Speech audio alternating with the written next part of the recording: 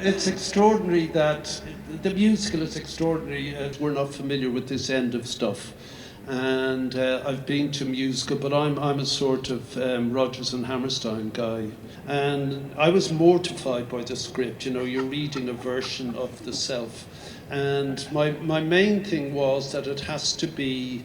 And again, I'm sorry for boring people here, it has to be politically pertinent. It has to be, again, exactly what John and Mitch said, it has to be about what it was supposed to be about, which everyone 40 years ago understood. But these days it's about Freddie, genius, and all of that. And what the musical does for us is put it in a contemporary perspective. What happened 40 years ago at Wembley was to lay that to rest, that there is such a thing as society, that human beings do care about each other.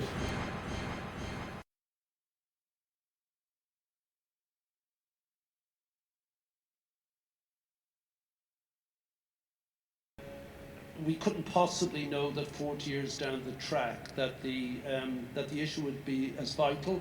In Sudan, as we speak, 2.5 million children are being forced to starve as an instrument of war. That 5 million people in Africa are in peril of their lives simply because they're suffering from AIDS. But what the musical does is exactly what Mitch says. It brings it to a different generation and the possibility of what individuals can do together.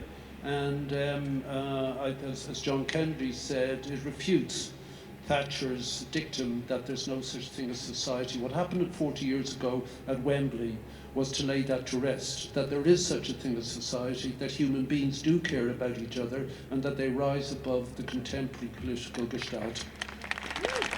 It's a phenomenal piece of work. Yeah. And it can only be, I read something that it's another jukebox musical. Dude. It is the global jukebox. It can't be anything else. That's what the concert was. We called it the global jukebox. It was hit after hit after hit.